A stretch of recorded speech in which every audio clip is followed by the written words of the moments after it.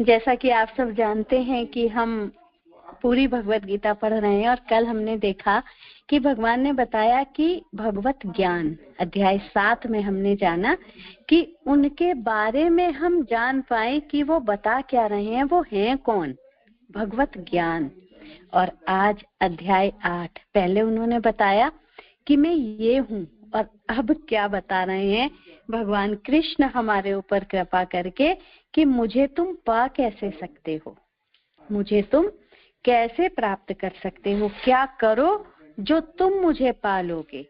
तो अब अर्जुन ने भगवान से प्रश्न किए हैं कि हे पुरुषोत्तम, हे भगवान, हे श्री कृष्ण, ब्रह्म क्या है, आत्मा क्या है, सकाम कर्म क्या है, ये भौतिक जगत क्या है, देवता क्या है, यज्ञ का स्वामी कौन है, और वह शरीर में कैसे रहता है, और मृत्यु के समय भक्ति में लगे रहने वाले आपको कैसे जान पाते हैं। तो अर्जुन ने ये 8 प्रश्न भगवान से किए हैं। अब भगवान उत्तर देंगे एक एक करके। जैसे अर्जुन ने प्रश्न किए हैं ऐसे ही भगवान एक एक प्रश्न का उत्तर देंगे। ब्रह्म क्या है? भगवान बता रहे हैं कि अविनाशी और दिव्य जीव ब्रह्म कहलाता है। क्लियर एकदम। अविनाशी, जिसका कभी विनाश नहीं हो सकता, जिसे ना अग्नि जला सकती है। ये हमने भगवत गीता में अध्याय 2 में भी पढ़ा था, क्योंकि अध्याय 2 में भगवान ने वो सब कुछ बताया जो हम डिटेल में पढ़ेंगे। तो भगवान बता रहे हैं कि अविनाशी और दिव्य जीव ही ब्रह्म कहलाता है, और उसका नित्य स्वभाव आध्यात्म या आत्म कहलाता है। जीवों के भौतिक शरीर से संबंधित गतिविधि कर्म या सकाम कर्म कहलाती हैं। तो भगवान ने इसमें 2 प्रश्नों के उत्तर दे दिए कि अविनाशी और दिव्य जीव ब्रह्म कहलाता है, और भौतिक शरीर से संबंधित गतिविधि कर्म जो है वो सकाम कर्म कहलाते हैं। सकाम कर्म कहलाते हैं। जब हम सब जानते हैं कि हमारा शरीर कैसा है, भौतिक है, 5 तत्वों का बना हुआ है, और जब हम इस शरीर से, इस शरीर की ही प्रसन्नता के लिए कार्य करते हैं तो वो क्या कहलाते हैं? वो सकाम कर्म कहलाते हैं।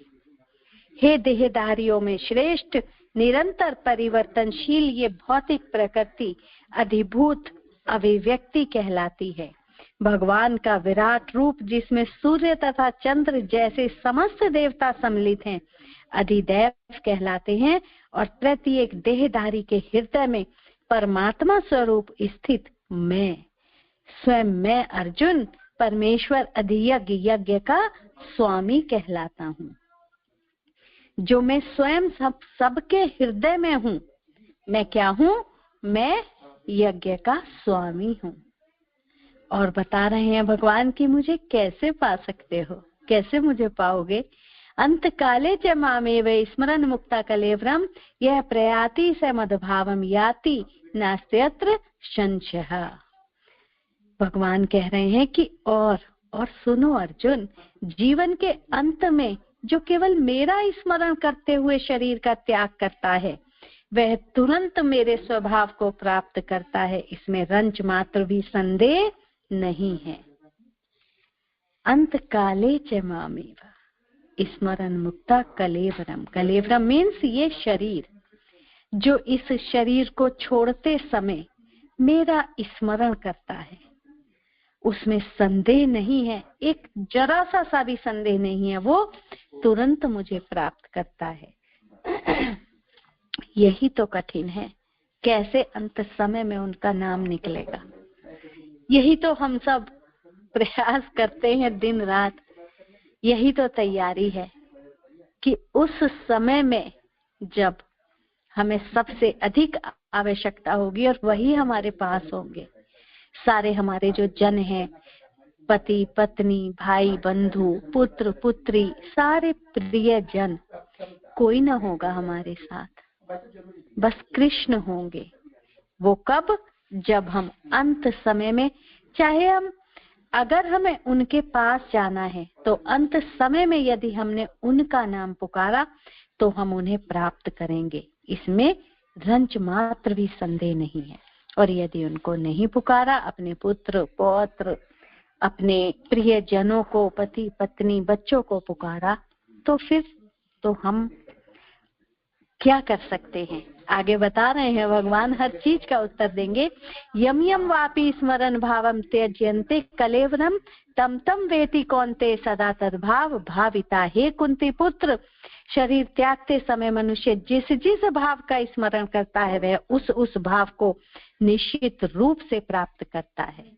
अगर कोई मेरा स्मरण करेगा तो मुझे प्राप्त करेगा, लेकिन जिस जिस भाव का स्मरण करेगा, जैसे हम सब ने सुनी है, जड़ भरत ने क्या स्मरण किया? हिरण का स्मरण किया, तो वो हिरण बन गए। आगे भगवान बता रहे हैं कि हे अर्जुन, तुम्हें सदैव कृष्ण रूप में मेरा चिंतन करना चाहिए और साथ ही युद्ध करने के कर्तव्य को भी पूरा करना चाहिए। अपने कर्मों को मुझे समर्पित करके और अपने मन और बुद्धि को मुझ में स्थिर करके तुम निश्चित रूप से मुझे प्राप्त कर सकोगे। एक और सरल तरीका भगवान ने बता दिया कि हर समय में मेरा चिंतन करो, हर समय, तो तुम मुझे प्राप्त कर पाओगे, मुझे प्राप्त कर पाओगे। भगवान कहते हैं कि हे पार्थ, जो व्यक्ति मेरा स्मरण करने में अपना मन निरंतर लगाए रख कर अविचलित भाव से भगवान के रूप में मेरा ध्यान करता है, वह मुझे अवश्य ही प्राप्त होता है। कितने कितने तरीके बता रहे हैं भगवान कि हम उनको प्राप्त कर सकते हैं। कुछ नहीं करना, ना कुछ पढ़ना, ना लिखना, ना कुछ करना, बस उनका स्मरण करते हुए निरंतर उनमें क्या लगाना है? मन लगाना है। यही तो बहुत कठिन है, पर भगवान कह रहे हैं और हम सब मिलकर साथ में पढ़ रहे हैं, संग कर रहे हैं। तो विश्वास है गुरुदेव पर और भगवान की इस सुंदर वाणी पर जो उनके मुख से निकली है, और हम सब भाग्यजन उनके मुख से निकली हुई इस वाणी को सुन रहे हैं और प्रयास कर रहे हैं कि हम इसको समझ पाए। भगवान कह रहे हैं कि जो वेदों के ज्ञाता हैं, जो ओमकार का उच्चारण करते हैं और जो संन्यास आश्रम के बड़े बड़े मुनि हैं, वे ब्रह्म में प्रवेश करते हैं। ऐसी सिद्धि की इच्छा करने वाले ब्रह्मचर्य व्रत का अभ्यास करते हैं। अब मैं तुम्हें उस विधि को बताऊंगा जिससे कोई भी व्यक्ति मुक्ति लाभ प्राप्त कर सकता है। क्या इच्छा होती है कि हमें मुक्ति मिल जाए। अब भगवान वो बताएंगे कि हमें मुक्ति कैसे मिल सकती है। भगवान कह रहे हैं कि जो समस्त इंद्रिय क्रियाओं से विरक्ति को योग की स्थिति कहा जाता है। इंद्रियों के समस्त द्वारों को बंद करके मन को हृदय में और प्राण वायु को इस सिर में केंद्रित करके मनुष्य अपने योग में स्थापित कर सकता है अपने आप को। हे अर्जुन, जो अनन्य भाव से निरंतर मेरा स्मरण करता है उसके लिए मैं सुलभ हूँ, क्योंकि वह मेरी भक्ति में प्रवृत्त है। अनन्य भाव से, यहाँ भगवान क्या कह रहे हैं? अनन्य भाव से। हम भौतिक जगत में भी तो अनन्य भाव चाहते हैं। आपस में हम देख ले, अपने संबंधों में, अपने जनों के संबंधों में अगर हम किसी और को उस चाहने लगते हैं तो जो संबंध है वो हमारा संबंध में थोड़ा सा दरार आने लगती है कि मैं ही तो हूँ और तुम दूसरे को मेरा पद कैसे दे सकते हो। आगे भगवान कह रहे हैं, मामुपेत्य पुनर्जन्म दुखालयम अशाश्वतम नाप्नुवन्ति महात्मनः संसिद्धि परमम गतः। मुझे प्राप्त करके महापुरुष जो भक्ति योगी हैं कभी भी दुखों के इस पूर्ण अनित्य जगत में नहीं लौटते, क्योंकि उन्हें परम सिद्धि प्राप्त हो चुकी है। जिसने भी भगवान को प्राप्त कर लिया है वो फिर दोबारा इस जगत में कभी भी लौटकर नहीं आएंगे। और ये भगवान स्वयं कह रहे हैं। इस जगत में सर्वोच्च लोक से लेकर निम्नतम सारे लोक दुखों के घर हैं, जहाँ जन्म तथा मरण का चक्कर लगा रहता है। किंतु हे कुंती पुत्र, जो मेरे धाम को प्राप्त कर लेता है वह फिर कभी जन्म नहीं लेता है। जो सारे लोक हैं भगवान कह रहे हैं कि सर्वोच्च लोक से लेकर निम्नतर लोक, हम सब जानते हैं कि 14 लोक हैं और 14 लोकों में जो सारे लोक हैं, किसी भी लोक में हम चले जाएंगे लेकिन जन्म मरण का चक्कर सदैव ही लगा रहेगा। लेकिन जो मुझे प्राप्त कर लेता है उसका फिर कभी जन्म नहीं होता है। मानवीय गणना के अनुसार 1000 युग मिलकर ब्रह्मा का एक दिन बनता है और इतनी ही बड़ी ब्रह्मा की रात्रि होती है। बहुत बड़ी गणना है ये, इस डिटेल में हम नहीं जाएंगे क्योंकि इस डिटेल में गए तो हम फिर यहीं अटक के रह जाएंगे। हम आगे बढ़ते हैं। जब जब ब्रह्मा का दिन आता है तो सारे जीव प्रकट होते हैं और ब्रह्मा की रात्रि होते ही वे असहायवत विलीन हो जाते हैं। कितनी सुंदर बात है। और भगवान सब क्लियर बता रहे हैं कि कैसे हम सब प्रकट होते हैं और कैसे हम सब का नाश हो जाता है। इसके अतिरिक्त एक अन्य अव्यक्त प्रकृति है जो शाश्वत है और इस व्यक्त तथा अव्यक्त पदार्थ से परे है। ये परा जो हमने पीछे पढ़ा था कल, परा श्रेष्ठ, जिसका कभी नाश नहीं होता है। जब इस संसार का सब कुछ लय हो जाता है तब भी उसका नाश नहीं होता है। जो भगवान की प्रकृति है उसका कभी भी नाश नहीं होता है। जैसे जिसे वेदांती अप्रकट तथा अविनाशी बताते हैं, जो परम गंतव्य है, जिसे प्राप्त कर लेने पर कोई वापस नहीं आता, वह मेरा परम धाम है। अगर हम भगवान के धाम को जाएंगे तो फिर हम कभी वापस नहीं आएंगे। और यदि हम स्वर्ग जाएंगे तो हमारे पुण्य कर्म जैसे ही क्षीण होंगे तो हमें इस भौतिक जगत में फिर से फेंक दिया जाएगा, क्योंकि हम आना नहीं चाहेंगे तो हमें जबरदस्ती बाई फोर्स फेंक दिया जाएगा कि तुम जाओ यहाँ से। भगवान जो सबसे महान है, अनन्य भक्ति द्वारा ही प्राप्त किए जा सकते हैं। यद्यपि वे अपने धाम में विराजमान रहते हैं तो भी वे सर्वव्यापी हैं और उनमें सब कुछ स्थित है। भगवान में हम सब हैं और हम सब में भगवान हैं, तभी तो हम जीवन जी रहे हैं। बड़ी सुंदर बात है, भगवान में हम सब हैं और हम सब में भगवान हैं। लेकिन फिर भी भगवान कैसे रहते हैं? हम सबसे अलग रहते हैं। हे भरत श्रेष्ठ, अब मैं तुम्हें उन विभिन्न कालों को बताऊंगा जिनमें इस संसार से प्रयाण करने के बाद योगी पुनः आता है अथवा नहीं आता है। जब व्यक्ति इस शरीर को त्याग कर चला जाता है तो कब वो वापस आएगा और कब नहीं आएगा। जो ब्रह्म के ज्ञाता है वे अग्निदेव के प्रभाव से प्रकाश में दिन के शुभ लक्षण में शुक्ल पक्ष में या जब सूर्य उत्तरायण में रहता है, उन 6 मासों में जब संसार से शरीर त्याग करने का उसे पर ब्रह्म को प्राप्त करता है। ये जो भगवान ने तिथियां और वो बताई हैं, इस समय में यदि कोई शरीर को छोड़ता है तो वो पर ब्रह्म को प्राप्त करता है और फिर वो वापस नहीं आता है। जो योगी धुएं रात्रि कृष्ण पक्ष में या सूर्य के दक्षिणायन रहने के 6 महीनों में दिवंगत होता है, वह चंद्रलोक को जाता है किंतु वहां से पुनः पृथ्वी पर चला आता है। तो जो 12 महीने हैं, इनमें से 6 महीनों में जो भगवान ने बताए हैं, उन महीनों में कोई शरीर को छोड़ता है तो वो वापस नहीं आएगा और बाकी के जो 6 महीने हैं उनमें शरीर छोड़ेगा तो वो वापस आएगा। जो व्यक्ति भक्ति मार्ग स्वीकार करता है वह वेदा अध्ययन, तपस्या, दान, दार्शनिक तथा सकाम कर्म करने से प्राप्त होने वाले फलों से वंचित नहीं होता। वह मात्र भक्ति संपन्न करके उन समस्त फलों की प्राप्ति करता है और अंत में परम नित्य धाम को प्राप्त होता है। अब भगवान ने क्या बता दिया कि जो भक्ति मार्ग स्वीकार करता है वो मुझे प्राप्त करता है। और ये हम क्या पढ़ रहे हैं? बीच के 6 अध्याय जिनको भगवान ने पहले कर्मयोग और बाद के ज्ञान योग के बीच में संभाल कर रखा है।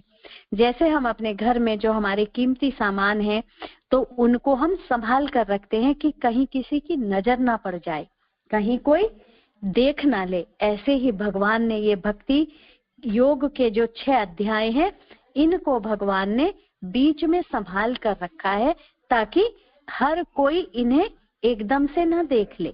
क्रम से हमें पढ़ना है, तभी हम भगवान को प्राप्त करने के लायक बन पाएंगे। और अब भगवान अध्याय 9 में बता रहे हैं, तो भगवान ने अध्याय 8 में क्या बताया कि हम कैसे उन्हें प्राप्त कर सकते हैं, कैसे हम उन्हें पा सकते हैं। अब भगवान बता रहे हैं अपने बारे में वो परम गुह्य ज्ञान जो भगवान ने कभी किसी को नहीं बताया। क्या कह रहे हैं भगवान कि हे अर्जुन, चूंकि तुम मुझसे कभी ईर्ष्या नहीं करते, इसीलिए मैं तुम्हें ये परम गुह्य ज्ञान तथा अनुभूति बतलाऊंगा, जिसे जानकर तुम संसार के सारे कलेशों से मुक्त हो जाओगे। अब हम भी अपना अलर्ट होके बैठ जाएं कि हमें कलेशों से मुक्त होना है, तो कौन सा ज्ञान वो भगवान बताएंगे अर्जुन के माध्यम से हमें, जो हम भी सुनेंगे और हम भी अपने सारे कलेशों से मुक्त हो जाएंगे। वो परम गुह्य ज्ञान, वो बड़ा गुप्त है, वो ज्ञान बड़ा गुप्त है जो आज भगवान बता रहे हैं। ये ज्ञान सब विद्याओं का राजा है, समस्त रहस्यों में सर्वाधिक गोपनीय है, परम शुद्ध है और आत्मा की प्रत्यक्ष अनुभूति कराने वाला है। ये धर्म का सिद्धांत है, अविनाशी है, और इसको जब हम इसको जान लेंगे तो हम सुख पूर्वक अपना जीवन संपन्न कर पाएंगे। बहुत सुंदर, बहुत बड़ा तात्पर्य है इसमें जो शिल प्रभुपाद ने दिया है, लेकिन अभी हम तात्पर्य नहीं पढ़ेंगे। जब हम अपनी रेगुलर क्लास में एक एक श्लोक को अच्छे से समझ रहे हैं तब हम इसको बहुत अच्छे से समझेंगे। भगवान बता रहे हैं कि हे परंतप, जो लोग भक्ति में श्रद्धा नहीं रखते वे मुझे प्राप्त नहीं कर पाते, वे इस भौतिक जगत में जन्म मृत्यु के मार्ग पर वापस आते रहते हैं। अब भगवान ने क्लियर बता दिया कि जो भक्ति में श्रद्धा नहीं रखते, और हम सब यहाँ पर जो जुड़े हुए हैं तो हम भक्ति में श्रद्धा तो रखते हैं, तो जो नहीं रखते उनके लिए है। अब हम अपने जो हमारे जन हैं जो अभी यहाँ पर नहीं जुड़े हैं, हमने उनको कहा है, बताया है, लेकिन वो नहीं जुड़ पाए हैं, तो हम उनको बता सकते हैं कि देखो, अगर आपकी बिल्कुल भी श्रद्धा नहीं है ना, तो आप बार बार इस जगत में जन्म मृत्यु के मार्ग में वापस आते रहोगे। और ये जन्म मृत्यु का जो चक्र है, ये हम पढ़ रहे हैं ग्रंथराज श्रीमद् भागवतम में अपनी रेगुलर क्लास में, कि किस तरह से कितने कष्ट से जीव उत्पन्न होता है, कितना कष्ट है, और कभी भी उसकी इच्छाएं पूरी नहीं होती। जब माता के गर्भ में है तभी भी उसकी इच्छाएं पूरी नहीं होती, शिशु अवस्था में है तभी भी नहीं पूरी होती, और जब वो किशोर अवस्था में आता है तब भी उसकी इच्छाएं पूरी नहीं होती, और जब वो युवा अवस्था में और बड़ा हो जाता है तब वो इतना अधिक अपनी इच्छाओं को पूरा करने के लिए लालायित हो जाता है कि सब कुछ छोड़कर उसे अपनी इच्छाओं को पाना चाहता है। तब भी क्या होता है, बहुत सी इच्छाएं उसकी पूरी नहीं होती। तब हमें यदि कोई भक्त मिल जाए और हम भक्ति मार्ग पर लग जाएं तो हम समझ सकते हैं कि ये ऐसा क्यों हो रहा है। यह संपूर्ण जगत मेरे अव्यक्त रूप द्वारा व्याप्त है, समस्त जीव मुझ में है किंतु मैं उनमें नहीं हूँ। हम सब भगवान में हैं और भगवान भी हम में है, पर फिर भी भगवान हमारे में नहीं है, हमसे अलग है। कैसे अलग है, हम ये जब रेगुलर कक्षा में हम यहाँ पहुंचेंगे तब हम डिटेल में समझेंगे कि कैसे भगवान अलग हैं, है भी हमारे अंदर और नहीं भी हैं। भगवान बता रहे हैं कि मेरे द्वारा सारी वस्तुएं मुझ में स्थित नहीं रहती, जरा मेरे योग ऐश्वर्य को तो देखो। यद्यपि मैं समस्त जीवों का पालक हूँ तथा सर्वत्र व्याप्त हूँ, लेकिन मैं इस विराट अभिव्यक्ति का अंश नहीं हूँ। क्योंकि मैं सृष्टि का कारण स्वरूप हूँ। तो भगवान बता रहे हैं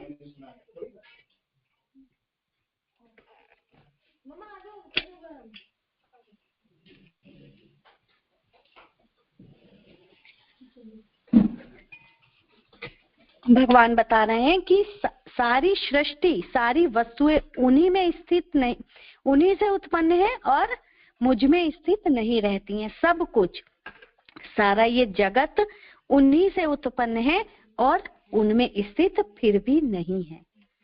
तो बड़ा सुंदर है ये सारी चीजें, एक एक शब्द समझने वाला है इसमें। पर अभी हम बस यही देख रहे हैं कि ये भगवान का गुह्य ज्ञान है, ये वो गुप्त ज्ञान है जो भगवान हमें बता रहे हैं कि वो सब जगह है, सब कुछ उनसे उत्पन्न है, लेकिन फिर भी वो उसमें नहीं है, सर्वत्र व्याप्त है। इस विराट अभिव्यक्ति का अंश फिर भी वो नहीं है, क्योंकि इस सृष्टि का कारण स्वरूप है और भगवान सृष्टि का कारण स्वरूप है। ये स्वयं भगवान अपने मुख से कह रहे हैं। ब्रह्मा जी, जिनको भगवान ने अपना पूरा लोक घुमाया, उन्होंने क्या कहा? उन्होंने एक ही सबसे पहले उन्होंने कहा, ईश्वरः परमः कृष्णः सच्चिदानंद विग्रह अनादिरादिर गोविंद सर्वे कारण कारणम। जो कारण स्वरूप हैं इस सृष्टि के, वो भगवान श्री कृष्ण हैं और उनके अलावा कोई भी नहीं है। और हम देख सकते हैं कि हर चीज का स्रोत जो जाकर एंड होता है वो क्या है? वो भगवान श्री कृष्ण है और कोई भी नहीं है। जिस प्रकार सर्वत्र प्रवाहमान प्रवाल वायु सदैव आकाश में स्थित रहती है, उसी प्रकार समस्त उत्पन्न प्राणियों को मुझ में स्थित जानो। कितना सुंदर भगवान बता रहे हैं कि वायु है, हम सब जानते हैं कि वायु है, किंतु वायु हमें दिखाई नहीं देती है, पर फिर भी है। तो कोई नहीं कह सकता कि नहीं है, लेकिन फिर भी हम उसको देख नहीं पा रहे हैं। भगवान है, पर फिर भी हम सब में स्थित हैं, फिर भी हम उनको देख नहीं पा रहे हैं। तो इसका अर्थ ये नहीं है कि वो नहीं है। भगवान कह रहे हैं कि सब मुझ में, सारे प्राणियों को मुझ में स्थित जानो।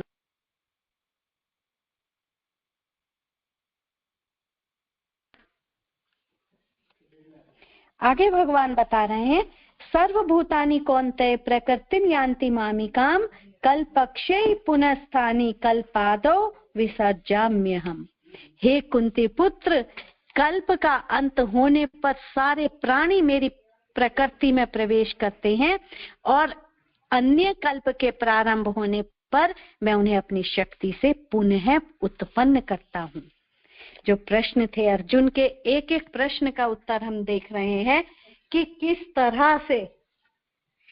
तरह से भगवान हम सब को उत्पन्न करते हैं और फिर हम सब उन्हीं की शक्ति में हम लीन हो जाते हैं। संपूर्ण विराट जगत मेरे अधीन है, ये मेरी इच्छा से बारंबार स्वतः प्रकट होता रहता है और मेरी इच्छा से अंत में विनष्ट हो जाता है। तो ये जो विराट जगत है बिल्कुल ऐसा ही है जैसे एक बच्चे को हम टॉयज दे देते हैं कि बिल्डिंग बनाओ, और वो उसकी इच्छा से बना और फिर उसने उसको तोड़ दिया और अपने बॉक्स में भर के रख दिया। ऐसे ही ये भौतिक जगत है। हम सब समझते हैं कि सब कुछ हम कर रहे हैं और सब कुछ मेरी इच्छा से हो रहा है, लेकिन सब कुछ तो भगवान के इच्छा से हो रहा है। उनकी इच्छा से हम इस भौतिक जगत में आए हैं और उनकी इच्छा से हम विनष्ट कर दिए गए हैं, विनष्ट कर दिए जाएंगे। और ये सब बताते हैं, ये तो भगवान अपने मुख से बता रहे हैं। जो उपन्यासकार है हार्डी, इंग्लिश का नॉवेलिस्ट है, वो क्या बोलते हैं? We are the puppets in the hands of the god. तो हम पपिट हैं भगवान के हाथों में और हमारी डोर उनके हाथों में है। हम जब तक चाहेंगे इस जगत में रहेंगे और जब वो चाहेंगे हमें ले जाएंगे। तो काहे का दुख, काहे का शोक। तो वो बहुत ही सुंदर जो अर्जुन को बता रहे हैं, ये सारे कर्म जो हैं, हे धनंजय, ये जो तुम्हारे कर्म हैं, ये सारे कर्म मुझे नहीं बांध पाते हैं। क्यों? क्योंकि मैं इनसे विरक्त रहता हूं। और हे कुंती पुत्र, ये भौतिक प्रकृति मेरी शक्तियों में से एक है और मेरी अध्यक्षता में कार्य करती है। सारे चर और अचर प्राणी, जो चर जो चलते हैं, अचर जो स्थिर हैं, जैसे पेड़ पौधे, ये सब क्या है? ये सब भगवान की ही अध्यक्षता में कार्य करते हैं। कोई जो आजकल साइंटिस्ट हैं, बड़े बड़े जो एजुकेटेड लोग हैं, वो क्या बोल देते हैं कि अरे प्रकृति तो ऐवे ही चलती है, ऐवे ही सूर्य निकलता है, चंद्रमा निकलता है, हवा चलती है, कुछ भी ऐवे नहीं होता। ये भगवान की अध्यक्षता में कार्य होता है। यदि भगवान का इतना कैड़ा आदेश ना हो तो ना तो चंद्रमा अपने समय से उदय हो और ना सूर्य, ना कुछ भी हो। सब कुछ भगवान की अध्यक्षता में होता है और सब भगवान के डर से ही कार्य करते हैं। ये जगत बारंबार सृजित और विनष्ट होता रहता है। अब जानन्ति माम मूढ़ा मानुषी तनुमाश्रितम परम भवमा जनन्तो मम भूतेश महेश्वरम। तो भगवान कहते हैं, जब मैं मनुष्य रूप में अवतरित होता हूँ तो मूर्ख मेरा उपहास करते हैं। वे मुझ परमेश्वर के दिव्य स्वभाव को नहीं जानते और ऐसे ही मूर्खों से ये जगत भरा हुआ है। हम खुद सुनते हैं कि कृष्ण कहाँ से भगवान है, उसका तो जन्म होता है। वो तो इतने सारे गोपियों के साथ रास रचाता है, माखन चुराता है, कहाँ का भगवान है वो। तो इन सब को डिटेल में, इन सारे प्रश्नों को डिटेल में हम कब पढ़ेंगे? जब हम अपने रेगुलर क्लासेस में भगवत गीता को ध्यान से एक एक श्लोक हम पढ़ेंगे और डिटेल में हम इनको जानेंगे। अभी तो ये भगवान कितना गुह्य ज्ञान है कि जो मूर्ख लोग हैं वे भगवान का उपहास करते हैं। और भगवान क्या बता रहे हैं? जो लोग इस प्रकार मोहग्रस्त होते हैं वे आसुरी और नास्तिक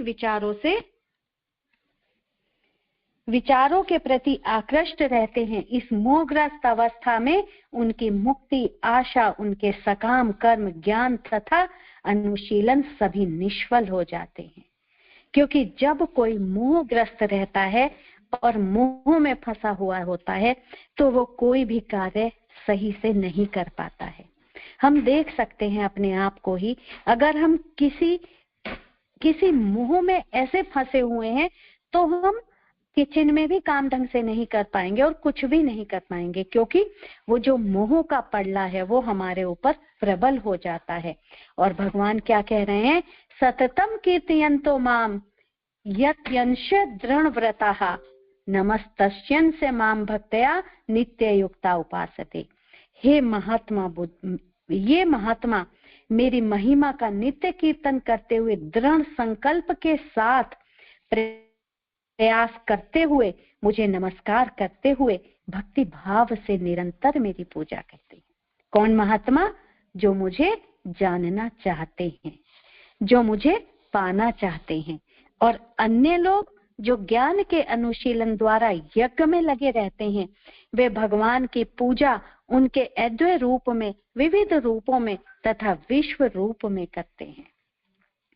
किंतु भगवान क्या कह रहे हैं? किंतु मैं ही कर्मकांड, मैं ही यज्ञ, पितरों को दिया जाने वाला तर्पण, औषधि, दिव्य ध्वनि, घी, अग्नि और आहुति भी मैं ही हूँ।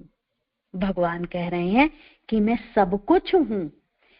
पिता अहमस्य जगतो माता धाता पितामह वेद्यम पवित्र ओमकारा ऋक्साम यजुरेव च। मैं इस ब्रह्मांड का पिता हूँ, माता हूँ, आश्रय हूँ तथा पितामह भी मैं हूँ। मैं ज्ञ, जानने योग्य, शुद्धिकर्ता और ओमकार मैं हूँ। मैं ऋग्वेद, सामवेद और यजुर्वेद भी हूँ। इस संसार में केवल जानने योग्य तो भगवान श्री कृष्ण ही है। अब हम समझ सकते हैं, हम इस संसार में भगवान की कृपा से मनुष्य शरीर लेकर तो आ गए, और जो सबसे जानने योग्य हैं स्वयं कृष्ण, उनको ही हमने नहीं जाना, तो हमारा मनुष्य शरीर बेकार चला गया, व्यर्थ चला गया। क्यों क्यों कहते हैं ये? क्योंकि वही 4 काम हमने किए जो पशु पक्षी और सारे जो जीव जंतु हैं कर रहे हैं, वही 4 कार्य हमने किए जो हमें बुद्धि मिली है भगवान कृष्ण को जानने के लिए, उससे हमने उन्हें नहीं जाना, तो हमारा ये मनुष्य शरीर व्यर्थ ही चला गया।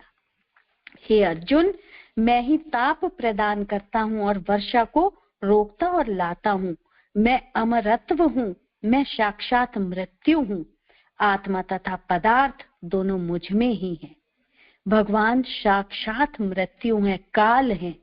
जो भगवान के भक्त हैं उनके लिए भगवान से मिलन है, और जो भगवान के भक्त नहीं है उनके लिए वो काल है, यमदूत हैं, वो डरेंगे। और जो भगवान के भक्त हैं वो भगवान के मिलन से प्रसन्न होंगे कि आज तो मेरा कृष्ण से मिलन होने वाला है। तो बहुत ही सुंदर है। बिल्ली जब अपने बच्चे को लेके जाती है तो एक नन्ही सी भी चोट नहीं लगती, मुंह में दबा के लेके जाएगी, लेकिन जब वो चूहे को लेके जाती है तो वो मर जाएगा। ऐसे ही जो भक्त हैं वो बिल्ली के मुंह में बच्चे की तरह से मृत्यु का स्वागत करेंगे, और जो भक्त नहीं है वो बिल्ली के मुंह में चूहे की तरह से कष्ट पाएंगे, और उनको यमदूत के दर्शन और मृत्यु के भयानक दर्शन होंगे।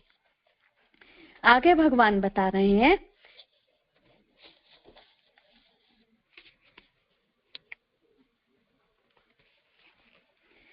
अनन्यं चिन्तयन्तो माम ये जना पर्युपासते तेषां नित्यभियुक्तानां योगक्षेम वहामहम्। कितना सुंदर है ये श्लोक। भगवान कह रहे हैं कि जो लोग अनन्य भाव से मेरे दिव्य स्वरूप का ध्यान करते हुए निरंतर मेरी पूजा करते हैं, उनकी जो आवश्यकताएं हैं ना अर्जुन, उन्हें मैं पूरा करता हूँ, और जो कुछ उनके पास है उसकी रक्षा करता हूँ। कितना बड़ा आश्वासन। कोई चिंता नहीं, तुलसी भरोसे राम के निर्भय होकर सोए, होनी है अनहोनी होनी नहीं, होनी होए से होए। अगर हमें उन पर विश्वास है और हम उनका ध्यान करते हैं तो निर्भय होकर सोएंगे, क्योंकि हमें पता है अनहोनी होने वाली नहीं है, और जो होनी है वो होके रहेगी। जब युद्ध हुआ था कुरुक्षेत्र में, तो सारे जो पांडव थे वो निर्भय होकर सोते थे, क्योंकि कृष्ण है ना, अपने आप संभाल लेंगे। लेकिन जो भक्त नहीं थे, जो कुरुओं की सेना थी, सारी रात उनमें उथल पुथल रहती थी कि कल क्या होगा, कौन जीतेगा, कौन जिएगा और कौन नहीं जिएगा। हे कुंती पुत्र, जो लोग अन्य देवताओं के भक्त हैं और उनकी श्रद्धा पूर्वक पूजा करते हैं, वास्तव में वे भी मेरी ही पूजा करते हैं, किंतु वे त्रुटिपूर्ण ढंग से करते हैं। क्लियर कह दिया भगवान ने कि जो किसी और की पूजा करते हैं वास्तव में वो मेरी ही पूजा करते हैं, लेकिन उनका तरीका क्या है? उनका तरीका त्रुटिपूर्ण है। जैसे फ्लाईओवर बना हुआ है, हमें कहीं जाना है तो हम फ्लाईओवर से चढ़ के जल्दी पहुंच जाएंगे, लेकिन हमें फ्लाईओवर पे नहीं चढ़ना, हम तो गोल गोल घूम के जाएंगे, समय भी ज्यादा लगेगा। जाना वही है लेकिन समय अधिक लग जाएगा। तो जो अन्य देवताओं की पूजा करते हैं, जाना वही है लेकिन उनको जन्मों पर जन्म लग रहे हैं। मैं ही समस्त यज्ञों का एकमात्र भोक्ता तथा स्वामी हूँ। अतः जो लोग मेरे वास्तविक दिव्य स्वभाव को नहीं पहचानते वे नीचे गिर जाते हैं। जो भगवान के स्वभाव को नहीं पहचानते हैं वे नीचे गिर जाते हैं, क्योंकि भगवान ही एकमात्र भोक्ता हैं। जो देवताओं की पूजा करते हैं वे देवताओं के बीच जन्म लेंगे, जो पितरों की पूजा करते हैं वे पितरों के पास जाते हैं, जो भूत प्रेतों की उपासना करते हैं वे उन्हीं के बीच जन्म लेते हैं। जो सारे तांत्रिक हैं भूत प्रेतों की पूजा करते हैं वे सब वहीं जाने वाले हैं, और जो मेरी पूजा करते हैं वे मेरे पास आते हैं। भगवान कहते हैं कि यदि कोई प्रेम से मुझे भक्ति के साथ पत्र, पुष्प, फलम, जल दे देता है तो मैं उसे स्वीकार करता हूँ। यदि किसी के पास कुछ भी नहीं है और वो मुझे प्रेम से पत्ता, पुष्प, फल भी दे देगा तो भी मैं प्रसन्न हो जाऊंगा। यत् करोषि यदश्नाति यश जो ही ददाति यत् पश्यसि कौन्तेया तत् कुरुष्व मदर्पणम। हे कुंती पुत्र, जो तुम जो कुछ करते हो, जो खाते हो, जो कुछ अर्पित करते हो, जो दान देते हो और जो भी तपस्या करते हो, मुझे अर्पित करते हुए करो। कुछ भी हमें नहीं करना है अलग से। जो भी हम करते हैं उस सब को हम भगवान को अर्पित करते हुए करें। समो अहम सर्वभूतेषु न मे द्वेषो अस्तु न प्रिय न भजन्ति तु माम भक्त्या मयि ते तेषु चाप्यहम्। मैं न तो किसी से द्वेष करता हूँ, न ही किसी के साथ पक्षपात करता हूँ। मैं सबों के लिए संभाव हूँ, किंतु जो मेरी भक्ति पूर्वक सेवा करते हैं वह मेरे मित्र हैं, मुझ में स्थित रहते हैं और मैं भी उनका मित्र हूँ। भगवान कह रहे हैं कि जो मेरी पूजा भक्ति पूर्वक सेवा करते हैं मैं उनका मित्र हूँ। वो अपने हृदय में मुझे स्थित रखते हैं और मैं उनमें स्थित रहता हूँ। अपि चेत्सो दुराचारो भजते माम अनन्य भाग साधुरेव से मंतव्य सम्यक गवसितो ही सहा। यदि कोई जघन्य से जघन्य कर्म करता है किंतु यदि वह भक्ति में रत रहता है तो उसे साधु मानना चाहिए, क्योंकि वह अपने संकल्प में अडिग रहता है। वह तुरंत धर्मात्मा बन जाता है और स्थायी शांति को प्राप्त करता है। हे कुंती पुत्र, निडर होकर घोषणा कर दो, मेरे भक्त का कभी भी विनाश नहीं होता है। भगवान अपने भक्त से घोषणा करवा रहे हैं कि जो मेरा भक्त है उसका कभी विनाश नहीं होता है। एक बार को भगवान अपना कहा तो टाल देंगे, लेकिन कभी भी ऐसा नहीं देखा गया कि किसी भक्त ने कुछ कहा है और वो भगवान ने न किया हो। हे पार्थ, जो लोग मेरी शरण ग्रहण करते हैं वे भले ही निम्न जन्मा स्त्री, वैश्य, शूद्र क्यों ना हो, परम धाम को प्राप्त करते हैं। तो जो निम्न जन्मा है वे भी मुझे प्राप्त कर लेते हैं, तो फिर जो ब्राह्मण हैं, जो भक्त हैं, जो राज ऋषि हैं, उनका तो कहना ही क्या है। वे तो इस दुखमय संसार में आ जाने पर भी मेरी प्रेमा भक्ति में लगे रहते हैं और मुझे नहीं छोड़ते हैं।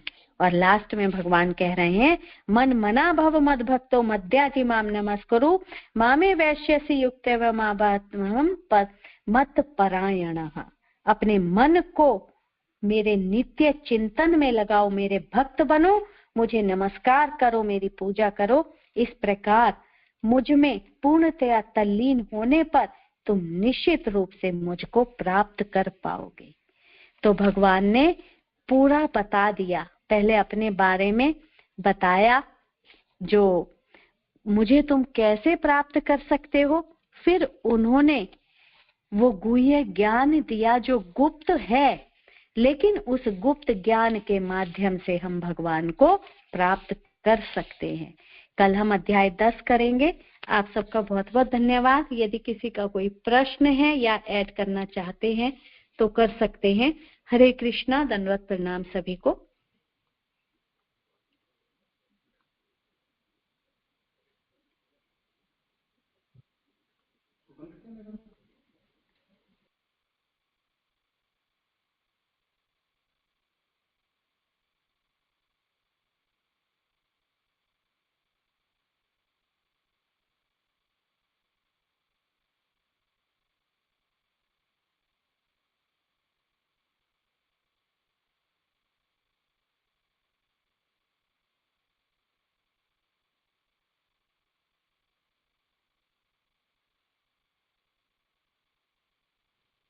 हरे कृष्णा माता जी, धन प्रणाम।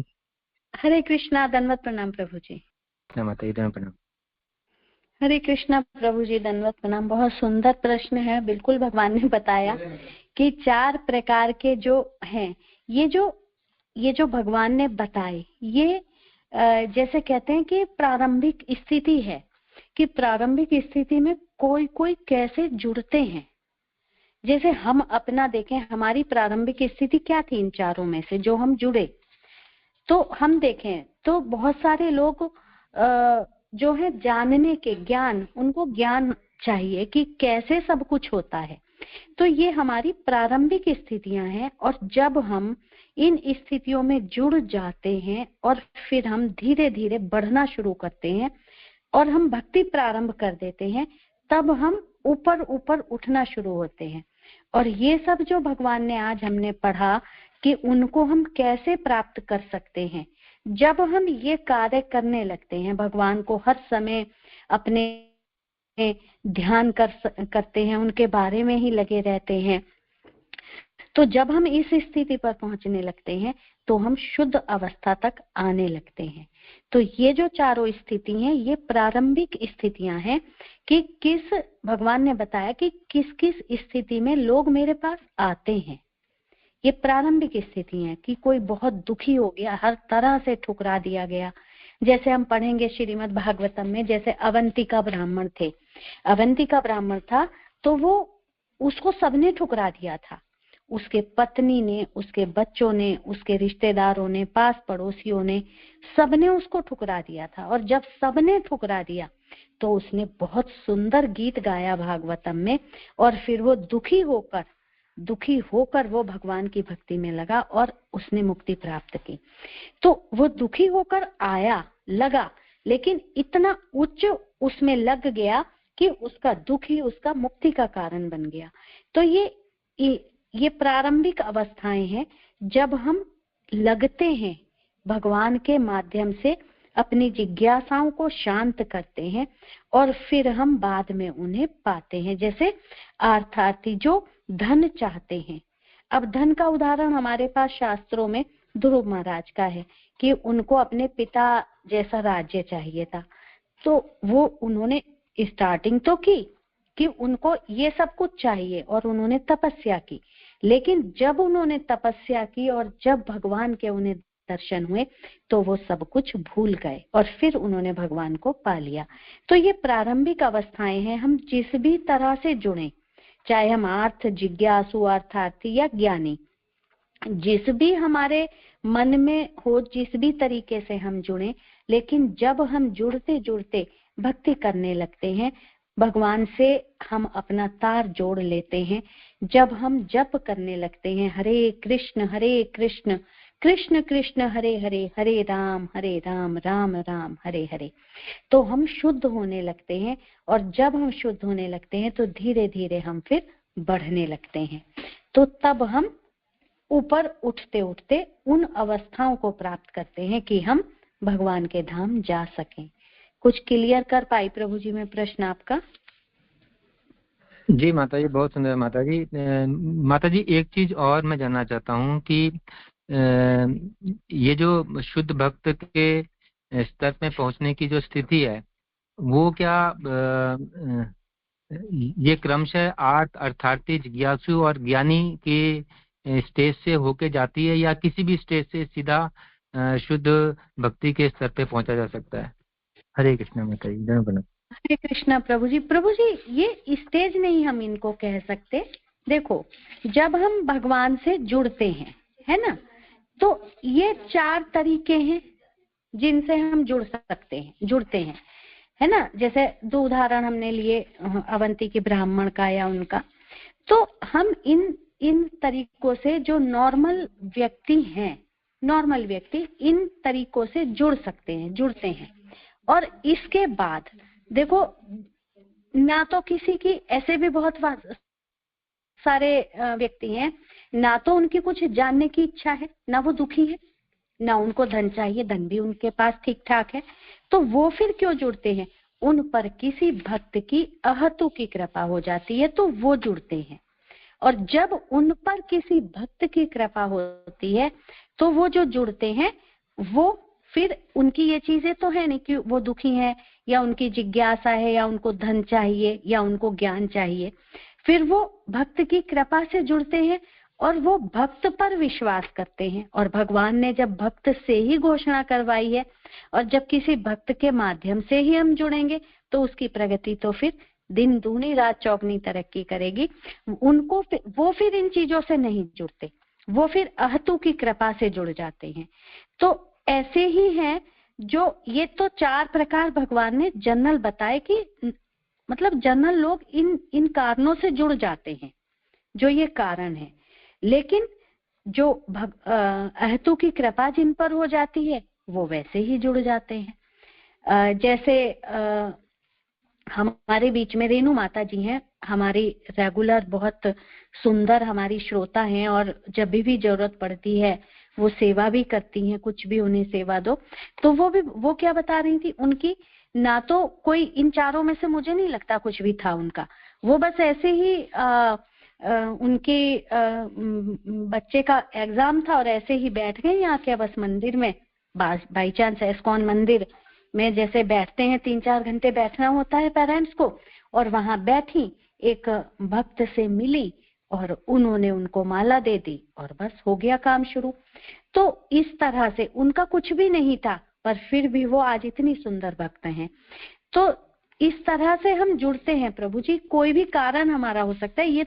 ये एक तरह से हम चारों कारण बोलेंगे, हम डिमांड के कारण हैं कि भाई हमारी डिमांड हुई तब हम जुड़े, हम दुखी थे तो भगवान से डिमांड हुई कि हम सुखी हो जाएं, हमारी जिज्ञासा हुई, या हमें धन चाहिए, या हमें ज्ञान चाहिए।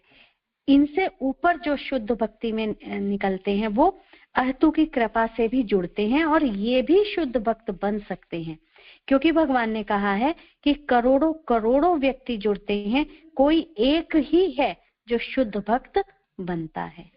तो हम सबको शुद्ध भक्त बनना है, जो हम इस गोलोक में जुड़ते हैं, हम सबको ही शुद्ध भक्त बनना है। बस उसके लिए हमें करना क्या है, धीरे धीरे हम जप करेंगे और हमें श्रवण करना है, निरंतर श्रवण करना है, और फिर हम बन ही जाएंगे। एक दिन ऐसा होगा जब हम छोड़ेंगे नहीं तो हम बन ही जाएंगे। तो प्रभु जी, ये जो क्रम है इसको हम ऐसा इन चारों से बांध नहीं सकते हैं,